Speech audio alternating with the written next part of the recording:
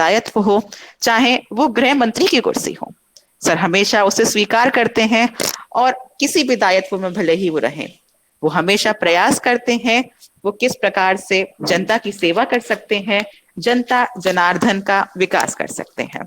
बहुत बहुत स्वागत है सर डिजिटल बाल मेला के इस डिजिटल प्रांगण में। Good evening sir. नमस्कार सर। नमस्ते सर नमस्कार सर। नमस्ते सर। नमस्ते नमस्ते बेटा, गुड नमस्ते। Evening sir. सबसे पहले तो मैं आपका स्वागत करूंगा इस डिजिटल बाल मेला के कार्यक्रम में। हार्दिक अभिनंदन है आपका। धन्यवाद।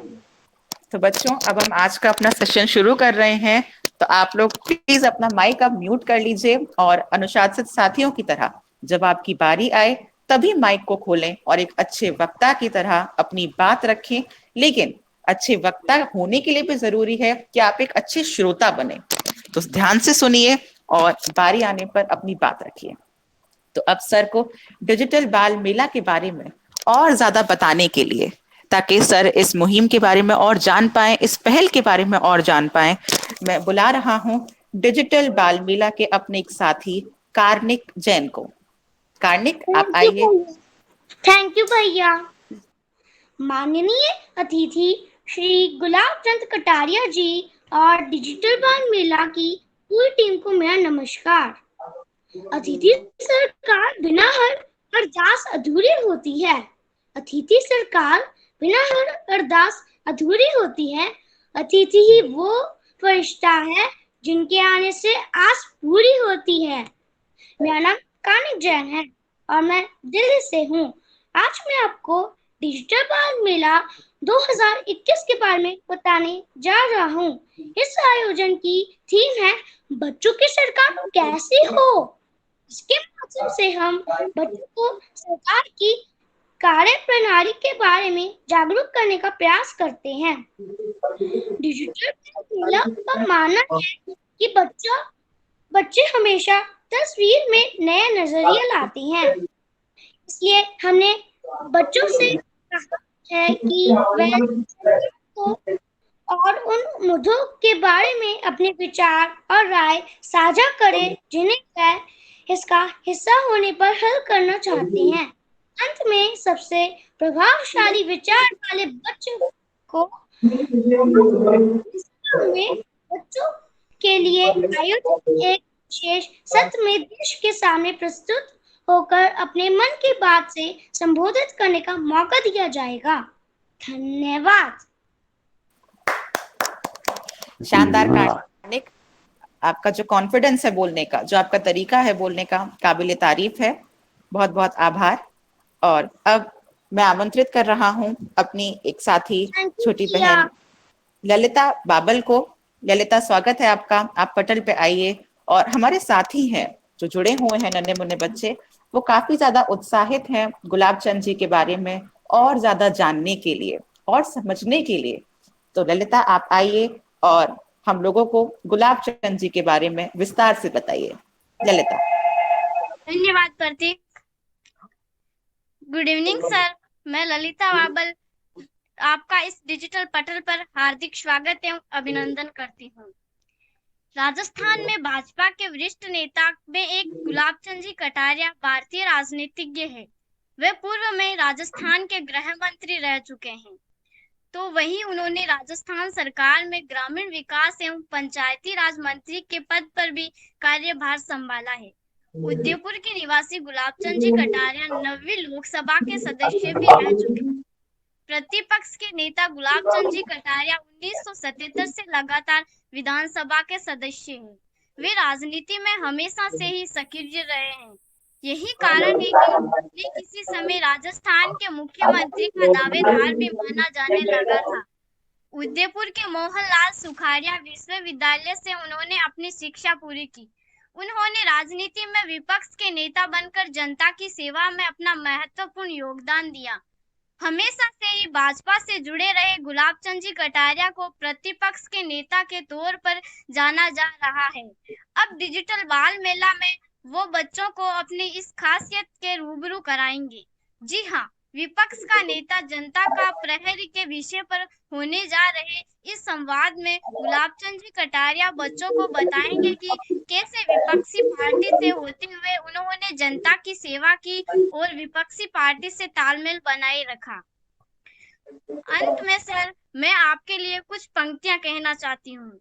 सुनकर कर दे अनसुना, सुनकर कर दे अनसुना, ऐसी उनकी आवाज नहीं, किसी महफिल में छुप जाए ऐसे उनके अल्फाज नहीं, मिलकर भूल जाएं, मिलकर भूल जाएं ऐसे उनके अल्फाज नहीं, सूरज से दमकते हैं ये किसी परिचय के मोहताज नहीं, परिचय के मोहताज नहीं। धन्यवाद। धन्यवाद। बिल्कुल ठीक कहा ललिता सर, किसी परिचय के मोहताज नहीं। और अब आगे बढ़ते हैं आज के कार्यक्रम में। अटल जी की कुछ पंक्तियां रख रहा हूं। 2 दिन मिले उधार में घाटों के इस व्यापार में, 2 दिन मिले उधार में घाटों के इस व्यापार में, क्षण क्षण का हिसाब लूं या निधि शेष लुटाऊं मैं, अरे राह कौन सी जाऊं मैं, राह कौन सी जाऊं मैं। आज बच्चों को पथ प्रदर्शित करने के लिए, उन्नति का मार्ग, उन्नति की राह दिखाने के लिए परम आदरणीय श्री गुलाबचंद कटारिया जी हमारे बीच जुड़ चुके हैं। और अब इंतजार की घड़ियां समाप्त होती हैं बच्चों, आपकी बारी आ गई है। तो सबसे पहले तो मैं आप लोगों के प्रश्न लूं, उससे पहले मैं आमंत्रित कर रहा हूं परम आदरणीय गुलाबचंद कटारिया जी को कि वह आए तथा अपने अनुभवों के बारे में, जो उन्होंने इतने साल जनता जनार्दन की सेवा करी, उसमें कुछ अच्छी यादें होंगी, कुछ बुरी यादें होंगी, उनके बारे में हमारे जो बच्चे जुड़े हुए हैं उन्हें कुछ बताएं। स्वागत है सर। डिजिटल बाल मेले में आप सभी बच्चों का बहुत बहुत स्वागत, आप सबको बहुत बहुत आशीर्वाद। Thank you sir. बच्चे देश का भविष्य होता है, बच्चे ही कल बड़े होकर के देश को संभालेंगे। बच्चों के जीवन का संस्कार अच्छे बने, उनमें अच्छा पढ़ने की आदत बने, अच्छे महापुरुषों को याद रखें, उनके बारे में जानकारी करें, अपने परिवार के बारे में जानकारी करें, अपने गांव के बारे में जानकारी करें, अपने प्रदेश के बारे में जानकारी रखें, अपने पड़ोसी के बारे में जानकारी रखें।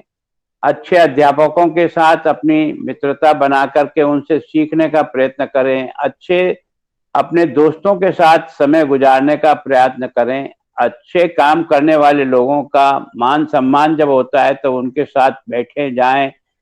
मैं सोचता हूँ इसके कारण से बच्चों के प्रारंभ में अच्छे संस्कारों की ओर जुड़ाव होता है। यह व्यक्ति अपने आप सीखता है एक दूसरे को देखकर। तो जिस जगह आप रहते हो, जिनके बीच में आप रहते हो, वो जितने अच्छे लोग होंगे उतने ही अच्छे आप बनोगे। और इसीलिए अपने यहाँ कहते हैं कि परिवार में माता पिता के कारण से, परिवार में बड़े भाई छोटे भाई के कारण से, अपने पड़ोसियों के कारण से आपके संस्कार बनते हैं, आपके मन में सोचने का विचार बनता है। बच्चों, मैं आपसे कहना चाहता हूँ, अपना देश क्या है? ये जनता का राज है। हम एमएलए का नहीं है, हम भारतीय जनता पार्टी कांग्रेस का राज नहीं है। ये राज किसका है? राज हिंदुस्तान के 130 करोड़ लोगों के राज है। हम क्या हैं? हम तो आपके वोट से केवल 5 साल का काम हमको आप देते हो, वो भी चुन करके देते हो। हम अपनी मर्जी से जाकर वहां नहीं बैठते हैं।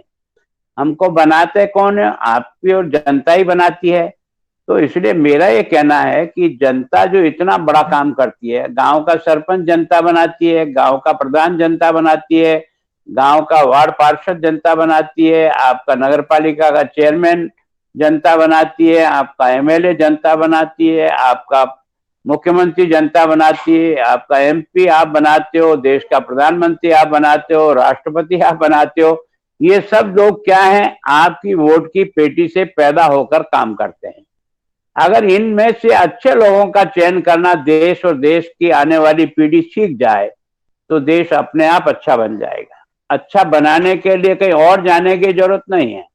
हमको इस वोट के अधिकार का जो उपयोग है वो बहुत ईमानदारी से, सच्चाई के साथ, देश के हित में, देश की तरक्की में, देश का ध्यान रख करके अगर हम करेंगे तो हम अच्छे प्रतिनिधियों का चुनाव कर पाएंगे।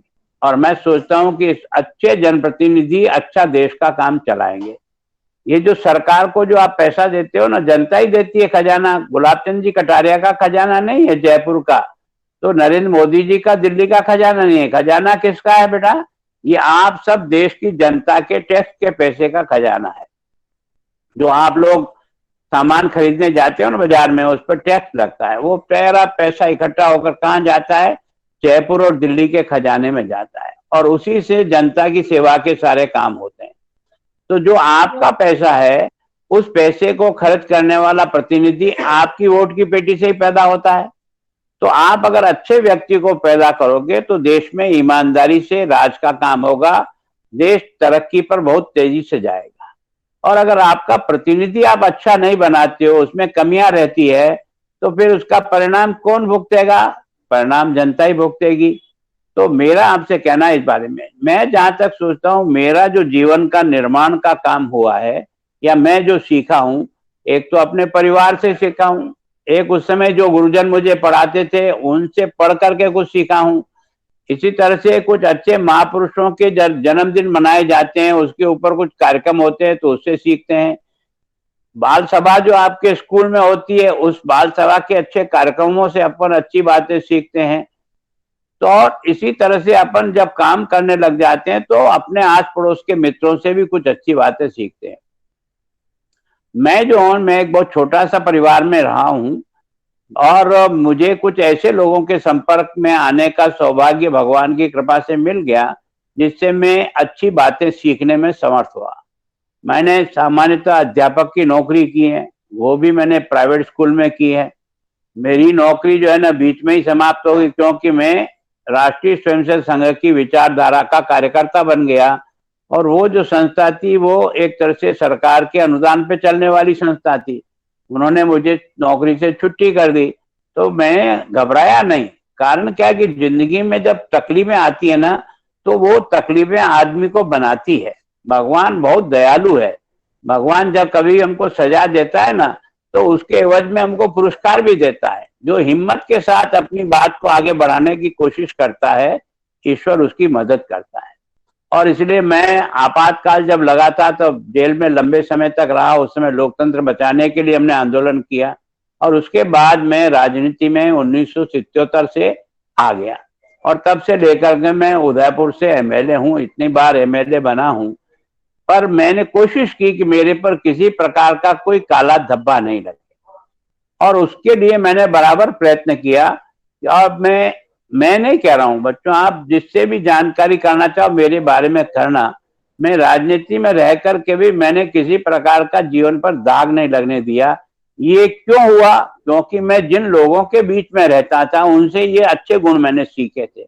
तो व्यक्ति कहाँ से बनता है? व्यक्ति बनता है अच्छे संस्कारों से, अच्छी शिक्षा से, पढ़ने में निपुण होने से, और जीवन में यह सोचने से कि मेरा ये शरीर जो प्रभु ने मुझे बनाया कर दिया है, ये दूसरों की भलाई के लिए बना के दिया है। मेरा काम तो केवल इतना ही है, इस शरीर का पोषण करके ये चलता रहे, ये थके नहीं, ये काम कर सके, इतना काम तो मेरा शरीर करता है। लेकिन बाकी काम तो मुझे सब जनता का ही करना है। तो मैं सोचता हूँ इस जनता की सेवा के काम में जब हम लगते हैं तो हमको बहुत कुछ सीखने को मिलता है। जहां मैं विरोध पक्ष का प्रतिपक्ष का नेता भी 3 बार रहा हूं, तो मैं मंत्री भी 3 बार रहा हूं, लेकिन उसमें मैंने कोशिश की कि जो जनता मेरे सामने कोई समस्या लेके आते तो उसको मैं हल करने का प्रयास करता हूं। जब विपक्ष में होता हूं तो सरकार के सामने जनता की जो समस्याएं मुझे दिखाई देती है, या लोग मेरे पास जो समस्याएं लेकर के आते हैं, उनको मैं ठीक ढंग से रख पाऊं। और दूसरा क्या है, सरकार जो आपके खजाने का उपयोग करती है उसका बराबर ध्यान रखने के लिए मैं प्रतिपक्ष के नेता के रूप में वहां बैठता हूं कि सरकार के पास जो पैसा आया, सरकार ने मान लो है ना, आपने देखा सड़क बनाई तो उस सड़क का पैसा ठीक खर्च हुआ कि नहीं हुआ, कॉलेज बनाया तो ठीक तरह से खर्च हुआ कि नहीं हुआ, उसमें ठीक प्रकार से अध्यापक लगे हुए हैं कि नहीं लगे हुए हैं, शिक्षा ठीक प्रकार से हो रही है कि नहीं हो रही है, हमारे किसानों को खेती में जो तकलीफें आती है उसमें सरकार कैसे मदद करती है, वो मदद उस तक पहुंच रही कि नहीं पहुंच रही, कोई बीच में उसको कहीं खा तो नहीं रहा जिसके कारण से उसका नुकसान हो रहा है।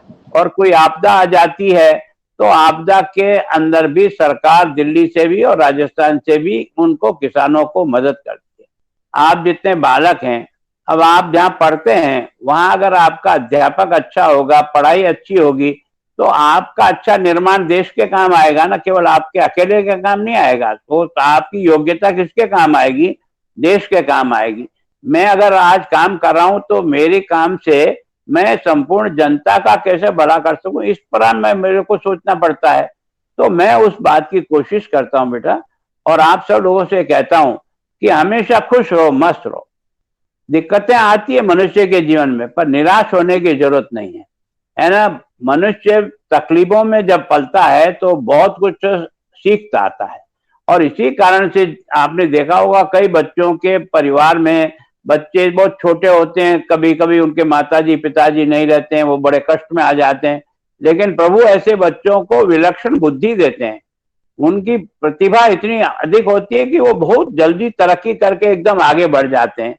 तो मेहनत से ही व्यक्ति बनता है, बिना मेहनत से नहीं बनता है। आज अगर अपन कोई पेड़ भी लगाए ना, उस पेड़ की देखभाली करने के लिए अगर हवा पानी ठीक मिल रहा है, खाद उसको ठीक मिल रहा है, समय पर उसको पानी मिल रहा है, तो पेड़ बहुत अच्छा और जल्दी फल देता है। वैसे ही मनुष्य को भी ऐसे ही तराशना पड़ता है, ऐसे ही बनाना पड़ता है, और वो जितना अच्छा बनेगा उतना ही अच्छा काम करेगा।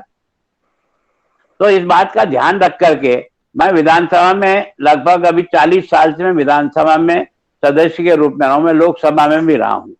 तो मैंने कई तरह के नेताओं को उस विधानसभा में देखा है, तो उनसे मुझे सीखने का मौका मिला, उनसे मैं कुछ सीख पाया, और फिर जो काम मुझे आपने वहां दिया विधानसभा में, उसको मैं पूरे समय तक रहकर, पूरा समय लगाकर उसको करना मेरा काम है। मैं मंत्री रहा तो शिक्षा मंत्री भी रहा, तो मेरा काम है शिक्षा में कैसे सुधार हो, बच्चों की पढ़ाई कैसे अच्छा हो, स्कूल के कमरे कैसे अच्छे हों, उसमें सुविधाएं किस प्रकार से हो। तो इस प्रकार के सारे काम होते हैं। वैसे मेरे समय की सीमा का मुझे बताया नहीं है आपके आयोजकों ने, लेकिन इस बाल गोपालों से जुड़ने का मुझे मौका दिया, मैं बहुत खुश हूं।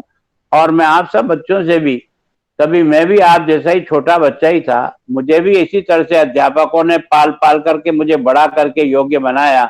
तो हमें योग्य बनाने में जो लोग मदद करते हैं ना, उनके प्रति बहुत सम्मान और आदर रखना चाहिए। आपने क्या कहते हैं ना, जब घर में से निकलते हो तो माता पिता के धोख लग करके निकलो। इसका मतलब क्या होता है? नम्रता आती है, और नम्रता के द्वारा आदमी बनता है, और जब माता पिता का आशीर्वाद मिलता है ना, तो हर कष्ट में से निकल जाते हैं। ऐसे ही जिस प्रभु में तुम्हारी भक्ति और विश्वास हो उसको प्रणाम करो, अपने गुरुजनों को प्रणाम करो, अपने से बड़ों को प्रणाम करो।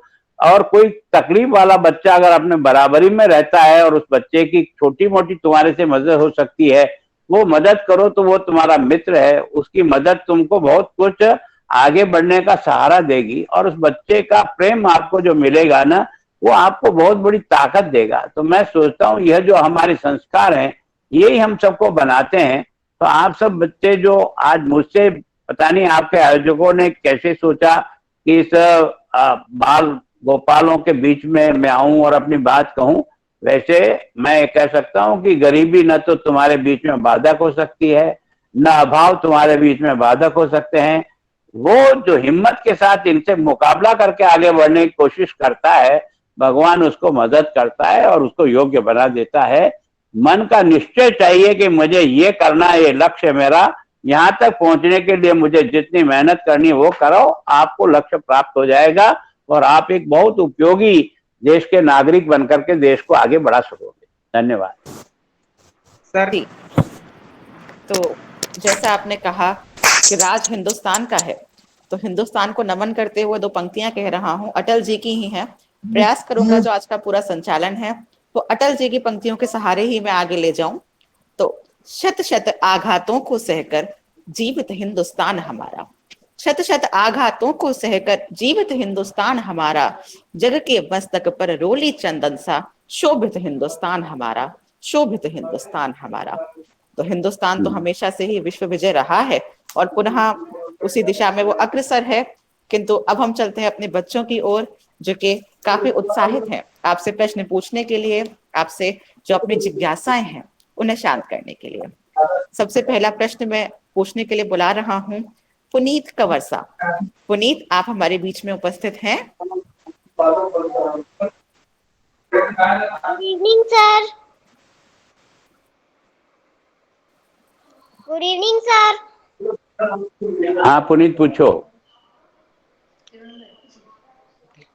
सर मेरा आपसे ये क्वेश्चन है कि पक्ष, विपक्ष और प्रतिपक्ष क्या होता है? देखो, जो सरकार चलाते हैं वो पक्ष में होते हैं, उनका मुख्यमंत्री होता है। विपक्ष में वो होते हैं जिनकी सरकार बनाने जितनी तो संख्या नहीं रही, लेकिन वो संख्या में कम रहने के कारण से प्रतिपक्ष में बैठते हैं, विपक्ष में बैठते हैं, और उनका जो लीडर चुनते हैं वो सब लोग मिलकर के वो प्रतिपक्ष का नेता कहलाता है। एक सरकार के कामकाज को करते हैं, एक सरकार के कामकाज का ध्यान रख करके उस पर नियंत्रण रखते हैं ताकि वो ठीक चले। Thank you sir. सर एक क्वेश्चन। जी बिल्कुल, थोड़ा सा आप जो क्रम चल रहा है, जिसने चैट बॉक्स में नाम लिख दिया है, मैं पहले प्रयास करूंगा मैं उन्हें ही अवसर दूं, नहीं तो फिर बच्चे हमारे पता ही है बहुत चंचल होते हैं, गुस्सा हो जाते हैं फिर मुझसे। तो अब मैं आगे बुला रहा हूं पीयूष गोयल को। पीयूष, आप आइए और अपना प्रश्न पूछिए सर से। नमस्कार सर। बोलो भैया, पीयूष बोलो। मेरी आवाज आप तक क्लियर आ रही है? हाँ आ रही पीयूष, आ रही। बिना विश्वास नफरत भरी जिंदगी में कोई अरमान नहीं होता, बिना विश्वास खुदा से फरमान नहीं होता। नफरत भरी जिंदगी में कोई अरमान नहीं होता, बिना विश्वास के खुदा से फरमान नहीं होता। गुलदस्तों पुष्पों से करते हैं आदर अतिथियों का, मगर सच्ची भावनाओं के बिना कभी सम्मान नहीं होता, सच्ची भावनाओं के बिना कभी सम्मान नहीं होता। तो सबसे पहले मैं पीयूष गोयल हनुमानगढ़ राजस्थान से आपका इस डिजिटल बाल मेला के लाइव सेशन में हार्दिक स्वागत करता हूं, अभिनंदन करता हूं।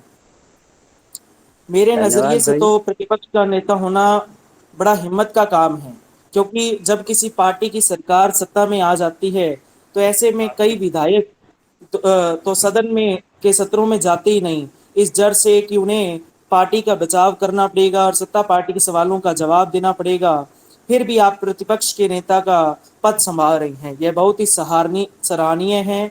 सरकार के अच्छे कामों का उल्लेख तो कोई भी कर देगा, इस डिजिटल बाल मेला के मंच के बच्चे भी आपको अच्छे कार्यों के बारे में बता देंगे, परंतु सरकार की कमियों के बारे में, उनकी पॉलिसीज के नेगेटिव पॉइंट्स को एक्सपोज करना जनता के सामने और सदन के अंदर बहुत ही कठिन कार्य है। आप सदन में जन जन की आवाज को सदन में रखते हैं, जन जन के अधिकारों की मांग करते हैं, उनकी समस्याओं का सदन पटल तक पहुंचाते हैं, इसलिए आपका बहुत बहुत आभार, धन्यवाद करता हूं। मेरा सवाल यह है कि आज वर्तमान में गहलोत सरकार अपना 2.5 साल का यानी 50% कार्यकाल पूरा कर चुकी है, तो ऐसे में आपको क्या लगता है कि गहलोत सरकार व कांग्रेस पार्टी ने जो वादे जनता से किए थे चुनाव प्रचार के दौरान उनके घोषणा पत्र में, जैसे किसानों का कर्ज माफ करना, जिन इलाकों में पानी की कमी थी उस कमी को दूर करना, इत्यादि सभी वादों को पर क्या गहलोत सरकार खड़ी उतरी है? उन्होंने ये सारे वादे पूरे किए हैं? बतौर नेता प्रतिपक्ष आपकी क्या प्रतिक्रिया है, इस पर आप क्या कहना चाहेंगे? जय हिंद, जय भारत। बहुत अच्छा प्रश्न है बेटा। वास्तव में सरकार बनने के पहले हर पार्टी लोगों को लुभाने के लिए कुछ नारे देती है और लोग ये सोचते हैं कि शायद उसकी पूर्ति होगी, इसलिए लोग उसके पक्ष में मतदान करते हैं। जैसा आपने कहा ना, किसानों का संपूर्ण कर्जा माफ हो जाएगा, लेकिन ईमानदारी से किसानों का कर्जा संपूर्ण माफ होने की बात छोड़ो, थोड़ा बहुत कुछ लोगों का हुआ जिनका बहुत छोटा सा कोऑपरेटिव से कर्जा लिया हुआ था, वो जरूर माफ हुआ। उन्होंने कहा था कि सभी बच्चों को जो बेरोजगार हैं उनको 3500 रुपया हर महीना मिलेगा। पढ़े लिखे बच्चों ने सोचा चलो कम से कम वजीफा तो मिलेगा जिससे अपना काम चलाएंगे, लेकिन राजस्थान की 2.5 साल की सरकार में केवल 62,000 बच्चों को, केवल 62,000, जबकि हमारे यहाँ एम्प्लॉयमेंट एक्सचेंज में 14 लाख बच्चों ने रजिस्ट्रेशन करा रखा है। वो सब सरकार की घोषणा के अनुसार 3,500 रुपया प्रति महीने के हकदार थे, लेकिन वो उन्हें मिला नहीं। उन्होंने कहा बिजली का दाम हम नहीं बढ़ाएंगे, पर बिजली का जो बिल आपको घर पे भी आता है बच्चों, देखना जा करके कि 2018 में क्या था और आज यार 2021 में क्या है, तो आपको समझ में आ जाएगा कि बिजली का बिल है ना, बिल एक तरह से तार में करंट कम आता है लेकिन कागज के छूते में करंट ज्यादा आता है। तो ये लोगों के साथ एक तरह से हुआ। फिर ये सरकार आपस में लड़ रही है, एक मुख्यमंत्री एक उप मुख्यमंत्री के बीच में एक घमासान हो रहा है, और जब इस प्रकार से पार्टी में घमासान होता है तो नुकसान जनता का होता है, पार्टियों का नहीं होता है। उसके कारण से राजस्थान का सारा काम ठप पड़ा है और बचा कुचा इस कोरोना ने पूरा 1.5 साल बर्बाद कर दिया। तो जितने भी अनएम्प्लॉयड बच्चे हैं जिनको नौकरी की वैकेंसी तो निकली है, फार्म भी उन्होंने भर दिया है, पैसा भी सरकार को जमा करा दिया, लेकिन वैकेंसी निकलने के बाद भी रुकी हुई पड़ी है। कभी कोर्ट में रुक जाती है, कभी पेपर आउट हो जाता है, कभी सरकार की तरफ से डिले हो जाता तो उनको नौकरी नहीं मिलती। उनके मन में भारी असंतोष है उन बच्चों को कि वो आखिर कामकाज किस तरह से करें। तो सरकार ने जो बजट 3 पास किए, वो बजट का पैसा भी ईमानदारी से गांव में गली तक नहीं पहुंचा है, वो अभी रास्ते में कहीं अटक पड़ा है। और कहने के लिए कहते हैं भी हम विकास करें, तो सरकार की, और दूसरा ये सरकार के ऊपर जो भ्रष्टाचार के आरोप लगते हैं, डिपार्टमेंट में जिस प्रकार से ट्रैप हो रहे हैं लोग बाग, एसीबी जिस प्रकार से कलेक्टर को ट्रैप कर रही है, कोई तो आईजी ट्रैप हो रहा है, बड़े बड़े अधिकारी जिस प्रकार के घूसखोरी में फंसे हुए हैं, इन पर कंट्रोल। और चौथा जो फेलियर है वो है लॉ एंड ऑर्डर की स्थिति, कानून व्यवस्था बिल्कुल ध्वस्त हो गई है। छोटी छोटी बच्चियों के साथ रेप की घटना एक नहीं अनेक होती है, और कई तो एक तरह से सामूहिक रेप। हाँ जी सर, राजस्थान के अंदर इतने बड़े केस प्रतिदिन बढ़ते जा रहे हैं, राजस्थान में ऐसे कानून व्यवस्था क्यों नहीं है सर? क्या राजस्थान में कानून व्यवस्था अच्छी क्यों नहीं है सर? नहीं, उसका कारण क्या है कि गृह मंत्री के रूप में हमारा मुख्यमंत्री ने डिपार्टमेंट ले रखा है, और ये डिपार्टमेंट ऐसा है जहां प्रतिदिन जनता के साथ संवाद में रहना पड़ता है, जनता को सुनना पड़ता है। कोई तकलीफ में है तो वो अगर आकर के आपके पास कोई कागज दे तो उसे समझ करके उसको न्याय देना पड़ता है। फिर पुलिस को भी काम में जुटाए रखने के लिए उसकी प्रॉपर मॉनिटरिंग हर महीने और हर दिन करनी पड़ती है। जो अच्छा काम करता है उसको प्रोत्साहित करना पड़ता है, जो अच्छा काम करता है उसको सम्मान करना पड़ता है, और इनको ये समय नहीं है। सर, सरकार को ऐसे नंबर देने चाहिए जनता के बीच में, जो गरीब आदमी व्यक्ति जिसकी लड़की को छेड़ा जा रहा है वो फोन मिला सके सरकार को, ताकि उसकी सुरक्षा हो सके। सरकार को ऐसा कानून बनाना चाहिए सर। देखो बेटा, कानून तो है, कारण क्या है कि एक कानूनी कोई भी व्यक्ति अपनी शिकायत दर्ज करे तो पुलिस को शिकायत दर्ज करनी ही चाहिए। लेकिन दुर्भाग्य हमारे यहाँ का यह है कि पुलिस का वर्दी पहनने के बाद और पद पे आ जाने के बाद वो इस बात को भूल जाता है कि मैं इसी जनता के टैक्स के पैसे से तनख्वाह लेकर अपने बच्चों को पाल रहा हूँ, मैं इस सरकार के आधार पर जिंदा हूँ। लेकिन वो इस पद पे बैठने के बाद, इस कुर्सी पे बैठने के बाद अपने धर्म को भूल जाता है। इसके कारण से गरीब को न्याय नहीं मिल पाता है। बाकी तो गरीब को न्याय मिलना ही चाहिए। सरकारें बनती इसीलिए है, काम होता ही इसीलिए, डिपार्टमेंट चलते इसी के लिए। सर, मेरा एक सवाल सर प्लीज आप एक ही क्वेश्चन पूछिए, क्योंकि बहुत सारे बच्चे हैं, सब एक्साइटेड हैं सर से क्वेश्चन पूछने के लिए। एक ही प्रश्न पूछिए, और जो भी प्रश्न है उसे बहुत सार गर्भित करके बोलिए, ताकि प्रश्नों में ही समय ना निकले। जो ज्यादा बच्चे क्वेश्चन पूछना चाहते हैं उनके क्वेश्चन आ पाए। और काव्या गाड़िया, आप हमारे बीच जुड़ी हुई हैं। काव्या? यस। हाँ, तो आप पूछिए सर से अपना प्रश्न। हाँ बोलो काव्या। मेरा नाम काव्य गादिया है, मैं कुशलगढ़ से हूँ। सर, मेरा आपसे यह सवाल है कि राजनीति को काजल की कोठरी कहा जाता है, जो इसमें जाता है काला होकर ही निकलता है। ऐसी राजनीति व्यवस्था में भी ईमानदार होकर भी सक्रिय रहना और बेदाग छवि कैसे बनाई रखी आपने? देखो बेटा, ये संस्कारों से आता है। कुछ तो अपने माता पिता सिखाते हैं, कुछ अपने गुरुजन सिखाते हैं, कुछ अपने आसपास के लोग सिखाते हैं। एक तो उसके कारण से। दूसरा क्या है कि जब इस जगह जाते हैं तो यहाँ आदमी कभी भी फिसल सकता है, वो न फिसले इसके लिए जो जनता उसे चुनती है वो जनता भी उसको संभाल करके रखे। कभी अगर गलत लाइन पे जाता है तो जनता उसे तुरंत रोकने का प्रयास करे। और ऐसे लोग जो काम की दृष्टि से गिर रहे हैं, उनके खिलाफ जन आंदोलन करके उनके सामने एक संघर्ष खड़ा करना चाहिए, ताकि ये लोग इस गलत रास्ते में जाना न पड़े और ईमानदारी से जनता और जो अच्छा काम करते हैं जनता उनको बुला करके उनका सम्मान, नागरिक अभिनंदन करना चाहिए जो अच्छा काम करते हैं, चाहे वो गांव का सरपंच हो, चाहे वो प्रधान हो, चाहे कोई भी हो। अच्छा काम करने वाले का सम्मान करो, जो काम ठीक नहीं करता उसका जमकर विरोध करो। सही बात। बिल्कुल, काफी अच्छा प्रश्न था आपका काव्य। अब मैं बुला रहा हूँ माही गाडिया। पूछिए अपना सवाल माही। नमस्कार सर, मैं माही गादिया कुशलगढ़ से। क्या बात सर, बेटा, कुशलगढ़ से? हाँ अच्छा, हाँ बोलो बेटा। सर, मेरा आपसे एक क्वेश्चन है कि जैसा कि आप ही की सरकार है अभी केंद्र में, लेकिन जब हाँ। आरबीएससी में मीन्स 75% जिस लड़की के बनते या उससे ज्यादा बनते तो उसे गार्गी पुरस्कार मिलता है, लेकिन सीबीएसई वाली लड़कियों को नहीं मिलता। तो ऐसा क्यों सर? हम सीबीएसई वाली सभी लड़कियों की यह मांग है कि हमें भी मिलना चाहिए। तो सर, इसके बारे में आपकी क्या राय है? अच्छा है प्रस्ताव बेटा। ये क्या है, गार्गी पुरस्कार राजस्थान में मैं जब शिक्षा मंत्री था 94-95 में, तब मैंने सारी बच्चियों को 75% से अधिक अंक लाए उनको गार्गी पुरस्कार राजस्थान में शुरू किया, वो अभी तक चल रहा है। पर केंद्र सरकार ने इस प्रकार के किसी पुरस्कार की घोषणा नहीं कर रखी है।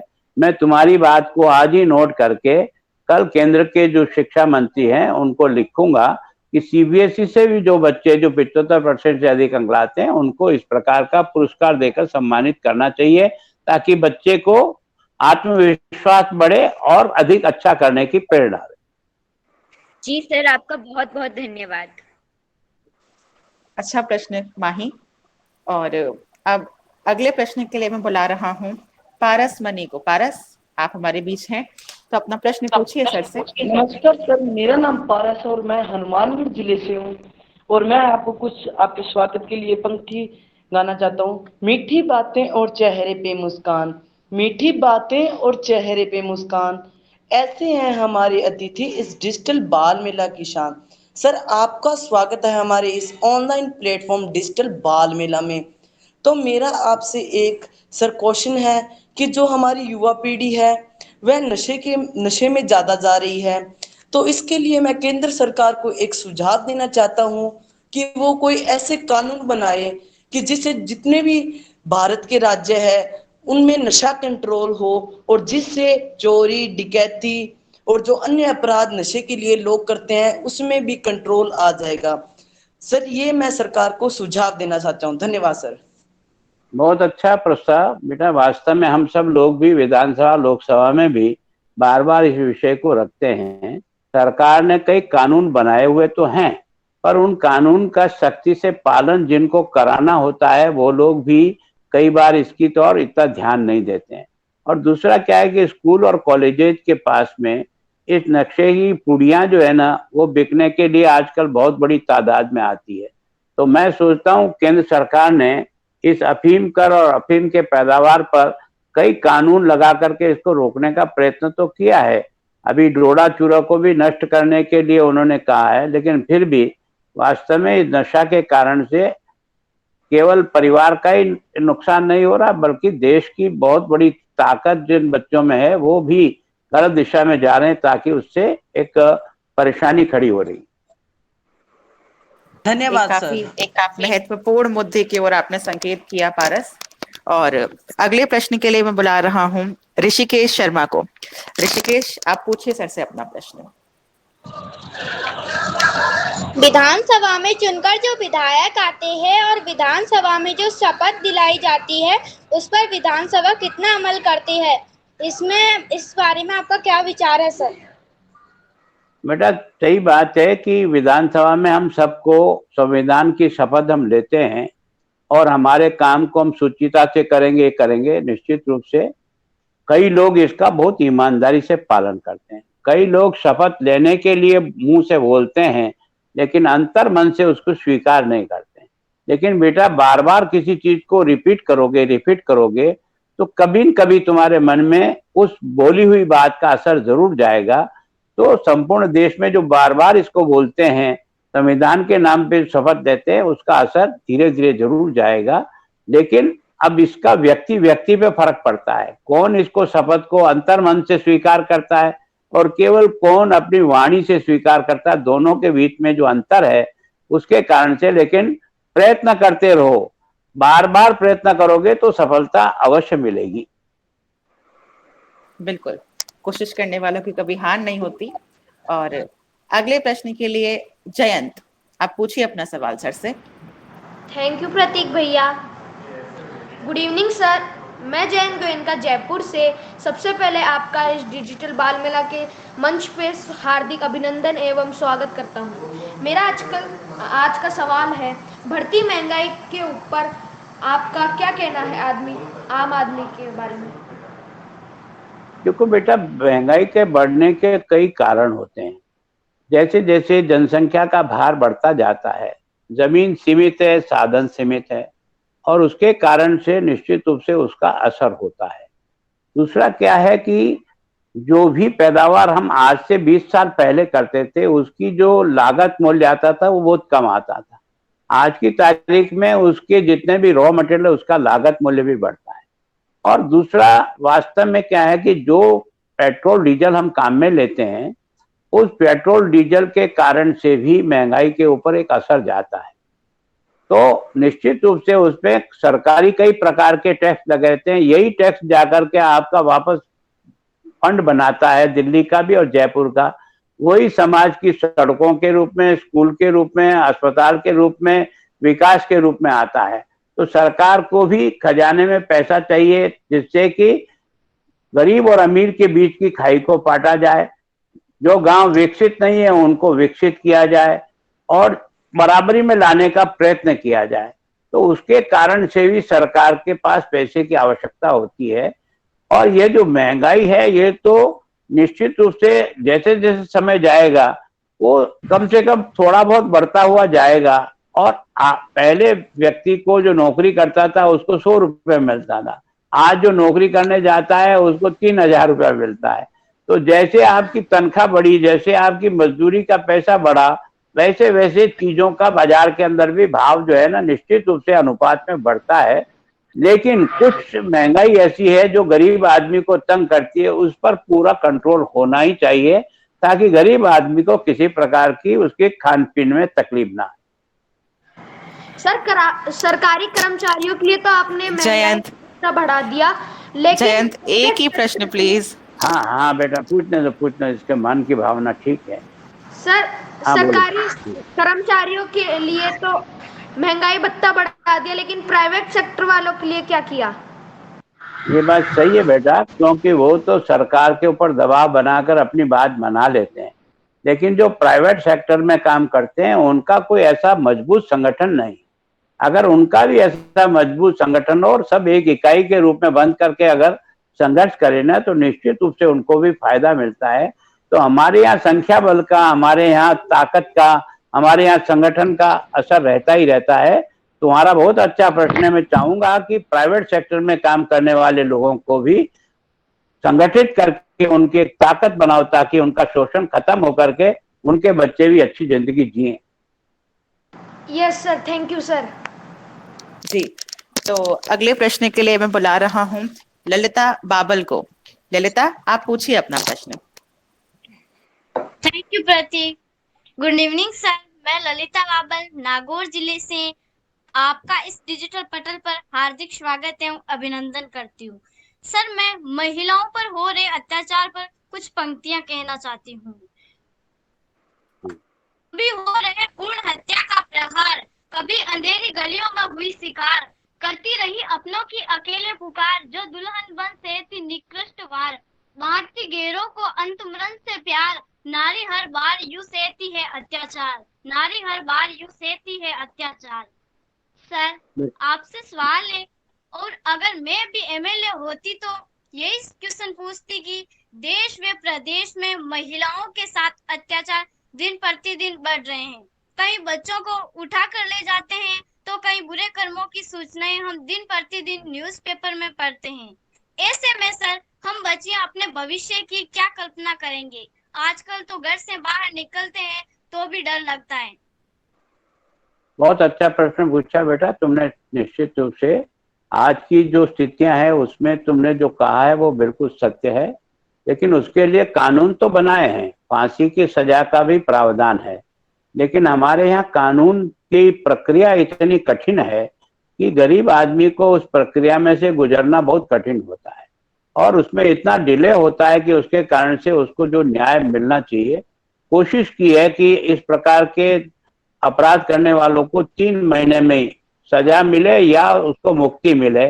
तो कानून को सख्त करने के लिए कई राज्यों ने इस बारे में पहल की है। दूसरा क्या है कि समाज में भी इतना गिरावट आई है कि जो 5 साल की बच्ची जिसको हम खिलाते हैं गोद में, उसके साथ भी दुष्कर्म करने के लिए व्यक्ति जो है ना नशा पते के कारण से अपने आप को भूल जाता है। तो जो उस बच्ची ने प्रश्न किया था, इन कई बीमारियों का इलाज जो है ना इस नशाबंदी के ऊपर जो है ना कठोरता से अगर काम करें तो मैं सोचता हूँ नशाबंदी के कारण से कई चीजों के अपराधों को अपन रोकने में सफल हो जाएंगे। और फिर आज समाज जानते हुए भी अनजान बनकर आंखें बंद कर देता है, जबकि पहले किसी प्रकार का अपराध घटित होता तो हर आदमी उसका प्रतिकार करता। आजकल प्रतिकार करने की क्षमता भी अपने एक तरह से कमजोर पड़ गई। पहले इस प्रकार प्रतिकार होता ही होता था, अब आज की तारीख में जिसके साथ बीती है वही परेशान होता है, बाकी सब लोग तो उसे दूर से देखते हैं। तो ये एक सामाजिक बुराई है, लेकिन कानून से भी रोकना चाहिए और समाज में जागृति भी पैदा करनी चाहिए, उसके खिलाफ लड़े। धन्यवाद सर। बिल्कुल। हिमांशु, आप अपना प्रश्न पूछिए अब। हेलो सर, नमस्कार। मेरा नाम नमस्कार। तनीषा जैन है, मैं जयपुर से हूँ। सबसे पहले मैं आपको धन्यवाद करना चाहूंगी कि आप अपना कीमती समय हमारे साथ व्यस्त कर रहे हैं सर। हाँ बेटा। माय क्वेश्चन इज दैट, मेरा प्रश्न यह है कि प्राइवेट स्कूल्स में तो ऑनलाइन क्लास होती है जिससे बच्चे पढ़ सकते हैं, लेकिन सर जो सरकारी कार्यालय है, यहाँ की सरकारी स्कूल है, वहां पे बच्चे कैसे पढ़ सकते हैं? उनके पास ऑनलाइन क्लास का कोई चांस नहीं है, सर वो कैसे ठीक बात पढ़ेंगे? है, ठीक बात है बेटा, तुम्हारा क्वेश्चन बहुत अच्छा है। वास्तव में सरकार को इस प्रकार के साधन देने पड़ेंगे सरकारी स्कूल में भी, जहां इस प्रकार से ऑनलाइन क्लास हो सके। हमारे यहाँ दूर दराज के गांवों में नेटवर्क भी नहीं है, इस प्रकार की सुविधा भी उपलब्ध नहीं है। दूसरा, जो बच्चे सरकारी स्कूल में पढ़ते हैं वो सामान्यतः साधारण परिवार के बच्चे, जिनके माता पिता फीस नहीं दे सकते, उनके बच्चे अधिकांश जाते हैं। उनके पास घरों पर जो है ना आपका मोबाइल भी नहीं है और कोई साधन भी नहीं है। तो सरकार निश्चित रूप से इस बारे में विचार कर रही है कि अगर ऑनलाइन क्लासेस चलानी पड़े तो इन सब साधनों से भी अपने बच्चों को जोड़ना पड़ेगा, जिसके कारण से सरकारी विद्यालय में पढ़ने वाले बच्चों को भी सुविधा मिले। तुम्हारे विषय के बारे में सब लोगों का ध्यान जा रहा है और इस व्यवस्था करने में सरकार को भी हम पाबंद कर रहे हैं कि वो सरकारी स्कूल में भी इस प्रकार की व्यवस्था करें। बिल्कुल सर। अब प्रांजल। बिल्कुल, मैंने आपका नाम लिखा हुआ है रिद्धि, मैंने आपका नाम लिखा हुआ है रिद्धि, आप प्लीज वेट कीजिए। और प्रांजल, आप अपना क्वेश्चन पूछिए। नमस्ते सर, मेरा नाम प्रांजल तिवारी है, मैं भरतपुर राजस्थान से हूँ। सर, मैं आपसे ये सवाल पूछना चाहती हूँ कि विपक्ष का नेता सरकार के कार्य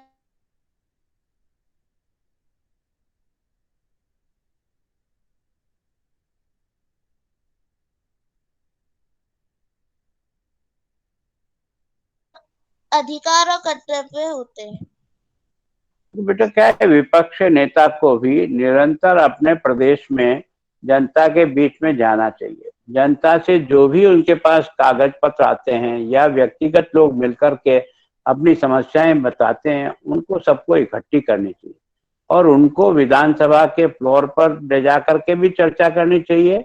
और वैसे भी पत्र व्यवहार करके भी, चाहे वो कलेक्टर हो, चाहे एसपी हो, चाहे कोई छोटा मोटा अधिकारी हो, उनको भी लिख करके वो जनता की मदद कर सकता है। केवल विधानसभा में भाषण के द्वारा ही प्रतिपक्ष का नेता अपना कर्तव्य को पूरा नहीं कर सकता है, उसको 24 घंटे जनता के लिए अपने दरवाजे खुले रखने चाहिए। जनता का आसानी से उससे मिलना जुलना होना चाहिए और उसे स्वयं भी गाँवों में प्रवास करके जनता के बीच में रहना चाहिए, ताकि ज्यादा से ज्यादा फीडबैक समस्याओं का उसे मिले और वो उसको उपयोग करके उनको मदद करे।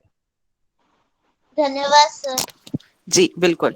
हाँ, मैं सबके प्रश्न सबके जो कमेंट है मैं पढ़ रहा हूँ, आप लोग पूछ रहे हैं बार बार, मैं पढ़ रहा हूँ सबके। और मैं अब बुला प्लीज रहा हूँ ताशवी को। ताशवी, पूछिए अपना प्रश्न, आप काफी देर से इंतजार कर रही हैं। I have question. Good please evening Manish sir, wait मेरा कीजिए। नाम मनीष, तश्मी शर्मा है। मैं अहमदाबाद जिले से में रहती हूँ। और मेरा आपसे ये सवाल है कि सर, अपोजिट टीम इतना चिल्लाती क्यों है, जिससे गवर्नमेंट को कितनी तकलीफ होती है। और जैसे कल पार्लियामेंट को उन्होंने काम नहीं करने दिया, अपोजिट टीम ने इतना चिल्लाया कि वे काम भी नहीं कर पाए, इससे उनको कितना नुकसान होता है और इसके लिए क्या किया जाए। तो बेटा क्या है कि ये वास्तव में हर राजनीतिक पार्टी को भी समझना चाहिए कि हल्ला करने के बनिस्बत अपनी बात को अच्छे ढंग से रख करके जनता के हक के लिए प्रयत्न करना चाहिए। उससे तो ज्यादा उपयोग होता है समय का भी, और सही उनको जवाब भी देना पड़ता है। पर पिछले कुछ वर्षों से ऐसा लग गया है कि हमारा पूछने से शायद उतना नाम नहीं आएगा जितना अगर हम हल्ला करके बीच में जाएंगे तो मीडिया हमारे नाम को ज्यादा प्रचारित करेगा, हमारी बात को ज्यादा कहेगा। उस चक्कर में भी कई बार हो उल्लड़ ज्यादा होता है। जबकि हमने आज से 20 साल पहले भी विधानसभा देखी है, विधानसभा के फ्लोर पर विषय को बहुत मजबूती से उठाकर जनता की समस्या तो करते थे, हो उल्लड़ कभी कोई विशेष घटना हो जाती तो आता था। आजकल तो पहले शुरुआत होते ही हल्ला शुरू हो जाता है ताकि बाकी सारे काम तो सफर करते हैं और केवल उनका हल्ला किया है इसका नाम आ जाता है। तो मैं सोचता हूँ ये परिपाटी लोकतंत्र के लिए अच्छी नहीं है। इस पर सभी राजनीतिक पार्टियों को विचार करके अपने भी कोई न कोई आचार संहिता बना करके काम करने का स्वभाव बनाना चाहिए ताकि देश को ज्यादा लाभ हो। बिल्कुल, नुकसान देश का ही है अगर कार्रवाई नहीं हो पाएगी तो। क्षमा कीजिएगा ताशवी, एक ही प्रश्न पूछिए। लावण्या राठौड़, लावण्या आप आइए और अपना प्रश्न पूछिए। हाँ शानम। नमस्कार सर, मैं लावण्या जयपुर से। मेरा आपसे यह सवाल है कि सर, मजबूत विपक्ष लोकतंत्र का आधार है, तो ये कहाँ तक सच है? ये बिल्कुल सत्य है बेटा। कारण क्या है कि सरकार अपना काम करती है, इन सरकार के काम में अगर कोई कमी खामी रहती है तो हम जो विपक्ष में बैठते हैं उन लोगों को भी उस काम को ठीक करने के लिए सरकार को अपनी राय दे करके उस काम को करने के लिए मजबूर। और दूसरा क्या है कि सरकार इतनी व्यस्त हो जाती है कि जनता की समस्याओं को बहुत अधिक डे टू डे नहीं सुन सकती। हम लोगों के पास जो है ना सरकार के काम के समय तो हमारे पास है, लेकिन हम विपक्ष में है तो घूमे ज्यादा से ज्यादा, एरिया में जितना ज्यादा घूमेंगे उतनी ज्यादा समस्या हमारे पास इकट्ठी हो पाएगी या हम इकट्ठी कर पाएंगे और उनको फिर हम पत्रों के द्वारा भी और सरकार के विधानसभा के फ्लोर के माध्यम से भी जनता की इन बातों को, तो विपक्ष का होना बहुत जरूरी है। कारण क्या है कि एक राज करता है तो दूसरा राज ठीक करे इसके लिए डंडा मारता रहता है कि ठीक चलो, तो वो ठीक चलता है। धन्यवाद। अच्छा प्रश्न था। Please I have a question. Please Manish please wait कीजिए क्योंकि मैंने सबके नाम सीक्वेंस में लिखे हुए हैं तो मैं उसी सीक्वेंस से चलूंगा।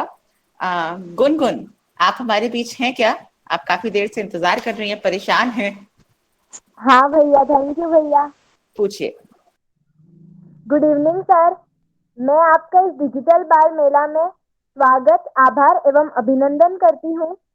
मैं गुनगुन पंड्या बांसवाड़ा से आपके समक्ष आपके लिए कुछ पंक्तियां बोलना चाहती हूँ। अतिथि सत्कार बिना हर अरदास अधूरी होती है। अतिथि सत्कार बिना हर अरदास अधूरी होती है। अतिथि ही वो फरिश्ते हैं जिनके आने से आस पूरी होती है। सर, अब मैं आपसे सवाल पूछना चाहती हूँ और मेरा सवाल यह है कि बाल सरकार सफल व सक्रिय होने में किन किन की भूमिका महत्वपूर्ण है और कैसे? देखो क्या है कि बाल सरकार को क्या है कि बचपन में ही जो विद्यालय हैं उन विद्यालय में भी इसी प्रकार की बाल संसद होनी चाहिए जहाँ पक्ष और विपक्ष अपनी अपनी बात को ठीक प्रकार से रख सके। तो बच्चों का लोकतंत्र के प्रति वहीं से शिक्षण होना चाहिए। अगर वो गांव में सरपंच बनेंगे तो कैसे काम करेंगे, प्रधान होंगे तो कैसे करेंगे, और उसमें जो कमी कामी रहती है विपक्ष के लोगों को, उसको किस तरह से उजागर करना चाहिए। तो ये शिक्षण के साथ ही हमने को बाल जो है ना, हमारी जो एक तरह से विधानसभा जिसको कहते हैं, वो इस प्रकार की पहले होती थी। जैसे कोर्ट का डेमोन्स्ट्रेशन होता है कि कोर्ट में वकील जिरह कैसे करता है, जज कैसे करता है, वैसे ही बालकों के बीच में भी इसी प्रकार के शिक्षण के लिए निरंतर ऐसे कार्यक्रम का आयोजन होना चाहिए। बिल्कुल, ये आज की आवश्यकता भी है, क्योंकि बच्चे जो अंडर 18 है वो 41% पॉपुलेशन है हमारे देश की, तो बिल्कुल ये आवश्यकता भी है। और अगले प्रश्न के लिए रिद्धि, आप पूछिए अपना प्रश्न सर से।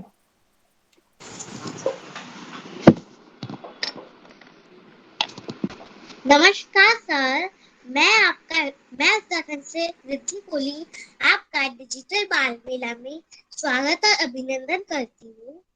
मैं आपसे ये सवाल पूछना चाहती हूँ, आजकल सभी लोग चाहते हैं हमारा बच्चा प्राइवेट स्कूल में पढ़े। गवर्नमेंट स्कूल में ऐसे क्या सुधार करने चाहिए जिससे सभी लोग चाहें कि हमारा बच्चा गवर्नमेंट स्कूल में पढ़े? तो बेटा, मेरा अनुभव ऐसा, मैं गवर्नमेंट स्कूल में पढ़ा हूँ। आज से 20 साल पहले हम सब लोग गवर्नमेंट स्कूल में पढ़ते थे, और वहीं से जितनी अच्छी तैयारी होती है, ये जितने आईएएस बनते हैं ना आपके, ये अधिकांश गवर्नमेंट स्कूल के निकले हुए बच्चे हैं। आपके मन में ये भ्रम निकाल देना चाहिए कि गवर्नमेंट स्कूल में कमी क्या है, कि अध्यापकों की पूर्ति नहीं होती।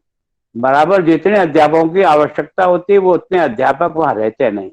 जो कुछ रहते हैं वो सब ट्रांसफर करा करके शहर में चले जाते हैं, और गांव के विद्यालय खाली पड़े रहते हैं। वो लोग हैं जो किसी न किसी की सिफारिश से अपनी सुविधा के लिए वहां जाए। अगर गवर्नमेंट स्कूल में स्टाफ पूरा हो, ईमानदारी से उनका काम लेने की ताकत किसी में हो, तो गवर्नमेंट स्कूल का रिजल्ट आज भी बेटर है। आज भी उसका जो प्रोडक्शन है बच्चों का, वो बहुत अच्छा है। हमारे बांसवाड़ा से रह रही बेटा, बांसवाड़ा से आज की तारीख में कितने डॉक्टर बने हैं, सब जो प्राइवेट स्कूल में पढ़े हैं या सरकारी स्कूल में पढ़े हैं, ये सब लोग वहीं से बने हैं। लेकिन वहां स्टाफ चाहिए, और वहां प्रिंसिपल अच्छा चाहिए जो कम से कम उस स्टाफ को काम में ले सके। ऐसा बन नहीं चाहिए कि गवर्नमेंट स्कूल में पढ़ाई नहीं होती। गवर्नमेंट स्कूल में व्यवस्थाओं की सुधारने की जरूरत है। गवर्नमेंट स्कूल का टीचर वेल क्वालिफाइड है, उसी को नौकरी मिलती है। जो सबसे अधिक अच्छे नंबर लेके आता है वो गवर्नमेंट में जाता है, जो उससे कमजोर रह जाता है वो प्राइवेट में जाता है। प्राइवेट वाले उसको कस करके काम लेते हैं, इसलिए उसका रिजल्ट बेटर हो जाता है। हमारे यहाँ कस के काम लेने की आदत नहीं है, इसके कारण से हम कमजोर पड़ रहे हैं। स्कूल में भी एक रिद्धि, अभी रिद्धि प्लीज एक ही प्रश्न पूछिए। और स्कूल में भी एक विपक्ष की जरूरत है, जो कि लगातार जो टीचर्स हैं उन्हें बोले कि आप काम कीजिए, बच्चों को पढ़ाइए। तो विपक्ष की आवश्यकता तो हर जगह ही है। शानम, आप पूछिए अपना प्रश्न, और बहुत सार गर्भित प्रश्न पूछिए ताकि जल्दी हम इसे रैप अप कर पाए। भैया अगली टर्न मेरी। जय हिंद सर। जय हिंद। My name is Shanam Akhtar and I am from Delhi. हाँ बोले बेटा। तो सर, जैसे कि आपने बताया कि आप विपक्ष में बैठकर जनता की आवाज को सरकार तक पहुंचाने के लिए एक बहुत ही इम्पोर्टेंट रोल निभाते हैं, तो उसके लिए आपका बहुत बहुत शुक्रिया। तो सर, मेरा आपसे ये क्वेश्चन है कि भ्रष्टाचार यानी कि करप्शन हमारे देश में एक बहुत ही बड़ा मुद्दा है। तो सर, इस भ्रष्टाचार को रोकने के लिए हम बच्चे किस प्रकार अपना योगदान दे सकते हैं? देखो बेटा, क्या भ्रष्टाचार करने वाले लोगों का अगर समाज में अनादर हो, समाज में उनकी प्रतिष्ठा घटे, लोग उनके खिलाफ आवाज उठाए, तो उन पर अंकुश लगता है। और दूसरा ये कि जो चुन करके आप लोग भेजते हो वो आपकी वोट की पेटी से निकलता है। अगर वहां ईमानदार आदमी भेजने की आदत अगर अपने क्षेत्र में आप पैदा करने का प्रयास करो तो धीरे धीरे सुधर जाता है। ईमानदारी कहाँ से चलती है? वोट की पेटी से चलती है। और वोट की पेटी में कौन डालता है? वोट डालने वाला जब ईमानदारी से वोट डालेगा, बिना पक्षपात के, बिना लाभ के, बिना किसी पैसे के लेन देन से, तो ईमानदार आदमी पैदा होगा। तो ईमानदार आदमी ही ईमानदारी ला पाएगा। Thank you so much sir. जी मनीष, अब आप अपना प्रश्न पूछिए। मेरा नंबर आ सर, जाएगा मैं मनीष काका राजस्थान के नागौर जिले का रहने वाला हूँ। गुलाबचंद कटारिया जी, आपको मेरा राम राम सा। राम आज राम। राजस्थान की विधानसभा के सबसे वरिष्ठ विधायकों में आपकी गिनती की जाती है। सर, मेरा आपसे एक प्रश्न है। मेरा प्रश्न यह है कि भारत में 60 से 70 करोड़ किसान है और हर कोई कहता है भारत का किसान गरीब है और वह किसान खेत में काम कर रहा है अपनी रोजी रोटी के लिए। तो फिर 26 जनवरी के दिन पूरे देश को शर्मसार कर दिया। वे लोग कौन थे? क्योंकि वे किसान नहीं हो सकते। एक चीज जिसे मैंने इस किसान के नाम पर चल रहे आंदोलन में नोटिस की, वे ये कि इसमें पंजाब और हरियाणा के लोगों का हिस्सा सबसे ज्यादा है। तो मैं ये जानना चाहता हूँ, क्या बाकी राज्यों के किसान क्या किसान नहीं है? तो आप ये समझाइए, भारत का किसान कौन है और ये प्रदर्शन जीवी लोग कौन है, और राजस्थान के किसान व पंजाब के किसान में क्या अंतर है? देखो, क्या है कि वास्तव में ये जो कानून बना ना, ये किसान को एक तरह से शोषण से मुक्त करने के लिए बना। बहुत अच्छा। इस कानून में कोई एक लाइन की भी गलती नहीं निकालता है। लेकिन ये कौन लोग हैं जो किसान के नाम से जो बिचौलिया का काम करते हैं और इनके कारण से सारा उनका माल खरीदते हैं और फिर मिनिमम प्राइस जो सरकार घोषित करती है और सरकारी जो कांटे लगते हैं वहां पर बेचने का काम करके करोड़ों रुपया कमाने वाले लोग हैं। सामान्यतः हमारे यहाँ का किसान तो पहली बार 2000 रुपया हर 4 महीने में आ रहा है। इससे खुश है कि 6000 रुपया उसके खाते में बिना किसी सिफारिश से आकर के सीधे उसकी मदद कर रहे हैं, है ना। किसान को हर प्रकार से जो अपना डीएपी का कट्टा पहले 500 रुपए का उस पर छूट मिलती थी, अब उस पर 1200 रुपए की छूट मिलती है। फिर किसान कहीं भी बेच सके, ये उसका फसल बीमा उन्होंने कराकर किसान को मदद की है। किसान की आमदनी दुगुनी बढ़ानी। तो वास्तव में सारे हिंदुस्तान का किसान उनके साथ नहीं है। ये केवल और केवल हरियाणा और पंजाब के वो किसान के नाम से वो लोग हैं जो इन मंडियों में आड़तिये का काम करके और ये सारा जो माल खरीद करके, मैक्सिमम हमारी यहाँ गवर्नमेंट की खरीद होती है इन्हीं 2 राज्यों में, और वो लोग सक्षम होने के कारण से, और वो एक इस प्रकार के कुछ राजनीतिक भी उनके दिमाग पर चढ़ी हुई है कि नरेंद्र मोदी का विरोध करना ये उनका पहला धर्म है, किसान को मदद करना ये उनका पहला धर्म नहीं है। और इसके कारण से तुमने बहुत अच्छा प्रश्न पूछा। वास्तव में किसान को जितनी ताकत हम देंगे उतना ही देश धनवान बनेगा, क्योंकि किसान की जेब में पैसा होगा तो ही बाजार में माल खरीदने के जाएगा, तो दुकानदार का सौदा बिकेगा। तो वास्तव में किसान की जेब में ज्यादा से ज्यादा पैसा आवे तो देश अपने आप बहुत तरक्की से आगे बढ़ जाएगा, जिसके लिए प्रधानमंत्री जी बराबर कोशिश कर रहे हैं। बिल्कुल। कर सकता हूँ तो भैया? बहुत बहुत धन्यवाद सर। अब अगला प्रश्न कना का और इसके बाद अंतिम प्रश्न राधिका का, क्योंकि समय हो चला है। तो आप जल्दी अपना प्रश्न पूछिएगा।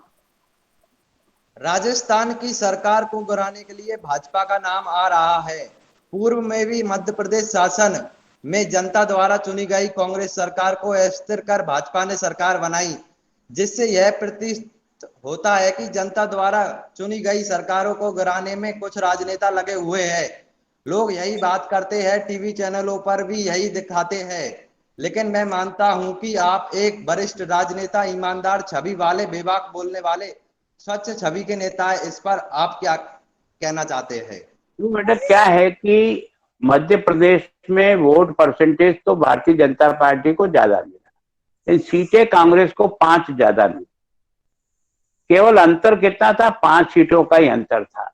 और उसके कारण से कांग्रेस का एक बहुत बड़ा धड़ा टूट करके कांग्रेस से अलग हुआ सिंधिया जी के नेतृत्व में। जब तक वो टूट के नहीं आते तो सरकार नहीं बदली। सरकार तोड़ी किसने? कांग्रेस के चुने हुए लोगों ने ही। इसका मतलब सरकार किसके कारण से गिरी? अपने ही घर के झगड़े के कारण से गिरी। राजस्थान में क्या है कि हमारा और कांग्रेस के बीच में 34 का डिफरेंस है। 34 का डिफरेंस हम नहीं पूरा कर सकते। अगर कांग्रेस आपस में ही, एक पायलट साहब है और दूसरा गहलोत साहब है, इनके आपस का टकराव है ना, ये टकराव भी पदों का है, सुविधाओं का है। और इसलिए जब पार्टियां आपस में टकराती है तो राज जाता है। बिना टकराए तो कोई राज जाता नहीं है। जाने का दोष उनका ही है। अगर वो नहीं लड़े तो आराम से राजस्थान में राज करे, किसको दिक्कत है? हमने तो कुछ नहीं कहा, पर तुम ही 2 खेमे में गए, 2 होटलों में बंद हुए तो तुम ही हुए, हमने तो बंद नहीं किया। उसके होटल का पैसा मैंने तो नहीं चुकाया, या मेरे कहने से तो नहीं गए। तो वास्तव में ये जो भ्रम है, घर सुधार लो, बाकी सब चीज सुधर जाएगी। बिल्कुल, थैंक यू सर। पौराणिक काल से ही घर का भेदी ही लंका ढाता है, और वही आज राजनीति में भी है। राधिका, आप बोल रही हैं, आपका जो प्रश्न है वो विषय पर है, तो राधिका आप अपना प्रश्न पूछिए। प्रणाम सर। प्रणाम सर, मैं ये पूछना चाह रही थी कि पक्ष और विपक्ष दोनों ही नेताओं का एक ही एम होता है कि देश की सुरक्षा करे या देश के लिए काम करे, जनता के लिए काम करे।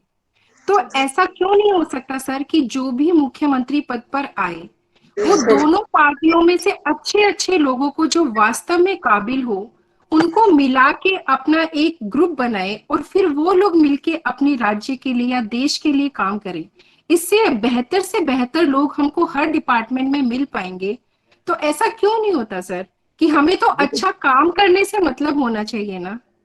देखो बेटा, क्या है कि हमारे देश में लोकतांत्रिक व्यवस्था है और हमारा संविधान में ये व्यवस्था की है कि जिस पार्टी को बहुमत मिलता है उसका जो नेता होता है वही मुख्यमंत्री होता है, और इसके कारण से उनको ही मंत्रिमंडल बनाने का अधिकार है। विपक्ष का व्यक्ति को मंत्रिमंडल में वो शामिल नहीं कर सकते, लेकिन उनकी राय लेने के लिए कोई तो भी छोटी यूनिट बना करके विभिन्न पार्टियों के लोगों से भी राय मशवरा करके सरकार अपने काम को कर सकती है, इसमें कोई दो राय नहीं। हमारे देश में क्या है कि विभिन्न दलों की, पार्टियों के बहुमत के आधार पर सरकार बनती है।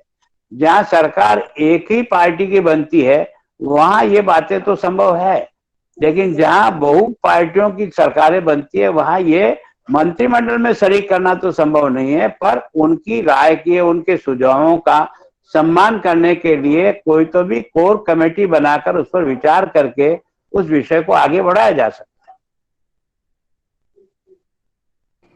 Thank you sir.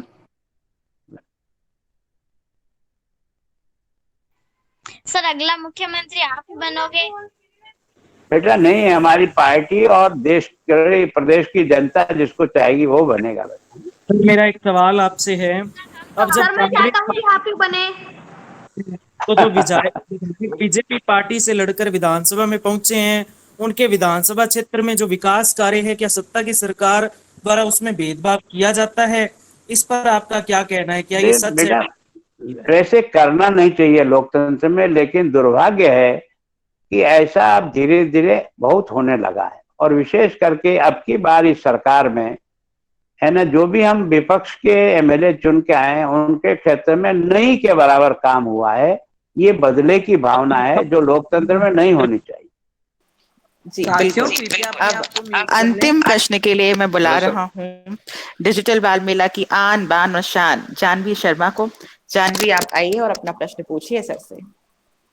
जी, आभार प्रतीक। नमस्कार गुलाबचंद कटारिया जी, मैं जानवी शर्मा आपसे आज ये प्रश्न करना चाहती हूँ कि जैसा कि आप जानते हैं विपक्ष के नेता को जनता का प्रहरी कहा जाता है, तो अगले आने वाले विधानसभा के सत्र में आप जनता के कौन से मुद्दे उठाने वाले हैं? बेटा, सबसे बड़ा लॉ एंड ऑर्डर की जो दुर्गति हो रही है उसके बारे में जनता की बात को उठाने का प्रयत्न पूरी ताकत के साथ करेंगे। दूसरा क्या है कि संविदा कर्मचारी इतनी अधिक संख्या में, लाखों की तादाद में है, उन लोगों को इतनी कम सैलरी मिलती है 8,000 रुपया। 8,000 में वो न तो अपने बच्चों को पाल सकते हैं, न नौकरी छोड़ करके कहीं जा सकते हैं। क्यों? उनको लगता है आज नहीं तो कल सरकारी नौकरी मुझे मिलेगी।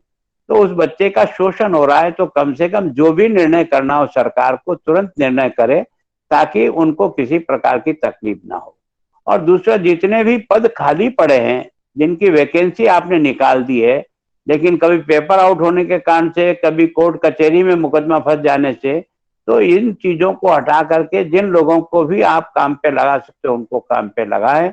और दूसरा, किसानों को जो बिजली है वो जितनी सस्ती मिलेगी वो उत्पादन उतना ही कर पाएगा और वो स्टैंड कर पाएगा।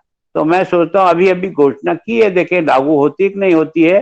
पहले वसुंधरा जी ने 8,000 रुपया सालाना किसान का बिजली का माफ करके उससे ज्यादा आता तो लेने की बात शुरू कर दी थी। इन्होंने आके उसको रोक दिया है और अभी वापस कह रहे हैं कि हम इसको वापस करेंगे। बहुत अच्छी बात है। किसानों को जितनी मदद की जाए, जितना उनको फायदा दिया जाए, तो वो जो पैदा करता है वो ही बाजार में पैसा बनाता है, तो उसके द्वारा ही पैसे का रोटेशन होता है। तो हमारा देश में किसान जब ताकतवर होगा तो देश अपने आप ताकतवर बन जाएगा। सर मेरे पापा ग्राम पंचायत सहायक में 6,000 रुपए मिलते हैं। ललिता, सैलरी क्या था? क्या बेटा सुन? समय हो गया है ललिता, तो आप अपना प्रश्न फिर पूछिएगा सर से। मैं एक प्रश्न सर आपसे मैं पूछना चाहूंगा। कई सारी ऐसी कुरीतियां थी जिनसे हम पीछा छुड़ाना चाह रहे थे, बरसों से चाह रहे थे, चाहे वो हमारा मृत्यु भोज होता है, चाहे वो लड़की की शादी होती है। कोई पिता होता है नहीं कर सकता, लेकिन सोसाइटी का प्रेशर है, सोसाइटी का एक बना हुआ रिचुअल है कि करना है तो करना है। क्या उन कुरीतियों से हम कोरोना के चलते थोड़ा पीछा अपना छुड़ा पा रहे हैं? क्या हम अगर इस दिशा में और आगे बढ़े, और क्या हम इसे कोविड की एक पॉजिटिव साइड देख सकते हैं? निश्चित रूप से इस कोविड ने कम से कम इन बुराइयों पर काफी कंट्रोल किया है कानूनी बाध्यता के कारण से, और कई समाजों ने भी सुधार करने का प्रयत्न किया है और वो सफल हुए हैं। ये जो मृत्यु भोज है, कई समाजों ने इसको अपने समाज में निर्णय लेकर के उसको रोकने का प्रयास किया है। कई समाजों ने प्रयास किया है कि शादी ब्याह में इतने सामग्री से ज्यादा नहीं बनेगा। कई लोगों ने जो है ना वो, पर ये क्या है कि ये सामाजिक कुरीतियां जो है ना वो जागरण से होगी, कानूनी प्रतिबंधों से इसमें ज्यादा रिजल्ट नहीं मिलता है। क्योंकि हमने बाल विवाह कितने सालों पहले रोक रखा है, लेकिन फिर भी आजकल हो जाते हैं। तो मैं सोचता हूँ समाज जैसे जैसे शिक्षित और जागृत होगा वैसे वैसे आएगा। परंतु निरंतर जिन्होंने समाज सुधार का काम किया, उन लोगों ने बहुत हिम्मत करके प्रयत्न किया, उसका असर आज समाज पर आया है और ऐसे ही आगे प्रयत्न करेंगे तो आएगा। कोविड भी उसमें एक मददगार जरूर हुआ है। बिल्कुल सर। तो सर अब वो समय आ गया है जिसके लिए जो हमारे नन्हे मुन्ने साथी हैं वो बहुत ज्यादा एक्साइटेड रहते हैं। टाइम आ गया है जो आज का लीडर है उसकी घोषणा का। तो आप अब हमें बताइए किस बच्चे ने आपको आज सबसे ज्यादा प्रभावित किया, वही बच्चा चुना जाएगा आज के सत्र का लीडर। देखो क्या है कि जिस बच्चे ने इस भ्रष्टाचार के विषय को खड़ा किया, वास्तव में इस देश का सबसे बड़ा दुश्मन है भ्रष्टाचार, और इस भ्रष्टाचार पर अंकुश लगाने का कोई काम में सफल होगा तो वो हमारा मतदाता होगा। मतदाता जब तक शिक्षित होकर के वोट देने का सही तौर तरीका जब तक अपने ध्यान में नहीं लाएगा, जाति को दूंगा, पड़ोसी को दूंगा, रिश्तेदार को दूंगा, इन सब सीमाओं से जब बाहर निकालने का प्रयत्न करेंगे इन बच्चों के द्वारा, तो ये अपने माता पिता को भी इस बात के लिए मजबूर कर सकते हैं कि व्यक्ति चुनते समय बहुत ईमानदारी से और सही ढंग से चुने, क्योंकि इस लोकतंत्र की नैया को खेने वाला वही है। वो ठीक होगा तो देश अपने आप, एक नरेंद्र मोदी ठीक था तो भ्रष्टाचार पे एक अंकुश आ गया। अगर व्यक्ति ठीक नहीं होता तो अंकुश नहीं आता है। इसलिए मेरी बच्चों से प्रार्थना है, बड़े होकर के इस लोकतंत्र को भ्रष्टाचार मुक्त करने के लिए मतदाता को वोट ईमानदारी से, जाति पाति के भेद को छोड़कर देश हित में जो काम करे उसको चुनने का अभ्यास दिलाएं, तब देश आगे बढ़ जाएगा। बिल्कुल। शानम, आप ही ने भ्रष्टाचार के मुद्दे पर प्रश्न खड़ा किया था शायद, तो शानम आप चुनी जाती हैं हमारे आज की लीडर। और अब सर ने अपना इतना कीमती समय हमारे साथ गुजारा, इतना कीमती समय हमें दिया, इसके लिए मैं धन्यवाद ज्ञापन के लिए आगे बढ़ रहा हूं अब। और ऐसा कहा जाता है, कृतज्ञता अनुभव करना किंतु उसे व्यक्त ना करना ठीक उसी प्रकार है जिस प्रकार कोई भेंट, कोई उपहार खरीद के तो लाना किंतु उसे प्रदान ना करना। तो अब धन्यवाद प्रस्ताव के लिए, आभार ज्ञापन के लिए मैं आमंत्रित कर रहा हूं अपने ही एक साथी पारस को। पारस।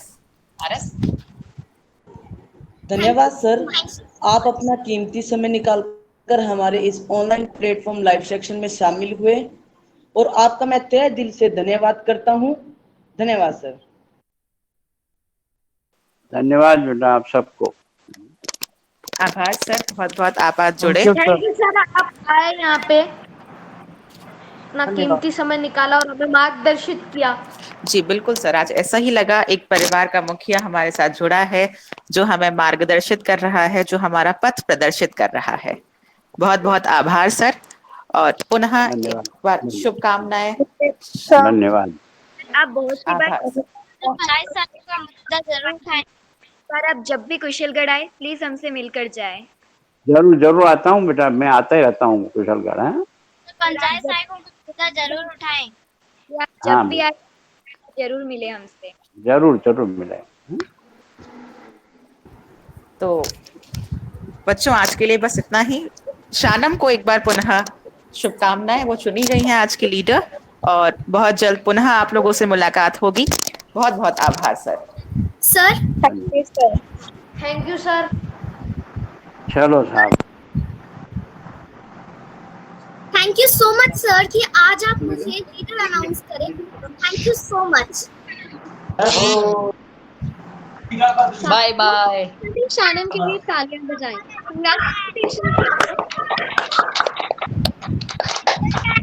Thank you so much everyone.